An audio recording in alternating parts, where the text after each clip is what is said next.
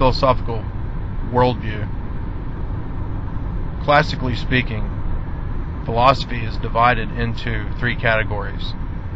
And those categories are knowledge, which is epistemology, ethics, decisions about right and wrong, and metaphysics. What is being? What is it to exist? What is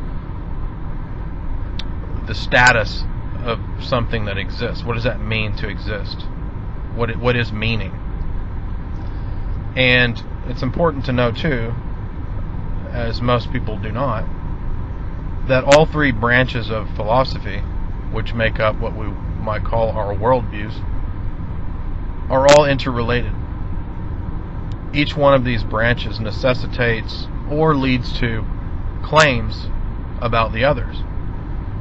So it's very fashionable, it's very popular in modern socially engineered education or philosophy to think that, for example, one can have ethical views that don't really have anything to do with metaphysics or epistemology. In other words, they don't have any necessary connection to, or they don't necessitate any claims in the other two branches. However, that can very easily and very clearly be shown to be false. In fact, any kind of claim that one makes at all, any kind of proposition, any kind of sentence, will in fact necessitate claims or logically lead to claims or beliefs in any of those three branches. So, off the top of my head, we'll just give an example. If one were to make an ethical claim, okay, such that one should tell the truth.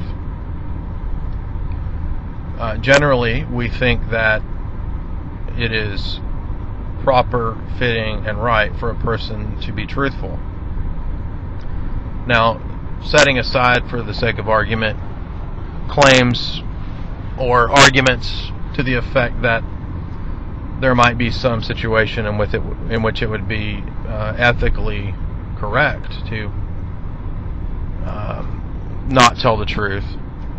Generally speaking, 99% of the time, at least most humans operate on the belief that it is right to tell the truth. Well, notice what we've said there. In saying that it's correct and right to tell the truth, we've talked about truth, okay? Truth, however, is a category of epistemology. So in order to know right and wrong, we're making a claim about what we know.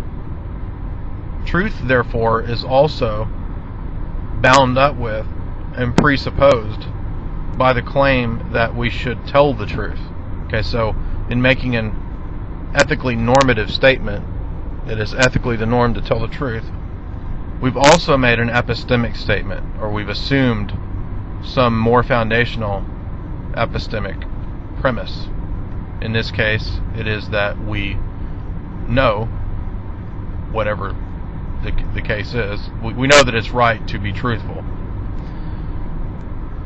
Metaphysically, it also necessitates that we believe that there is a category of things that are true, which we distinguish from things that are false.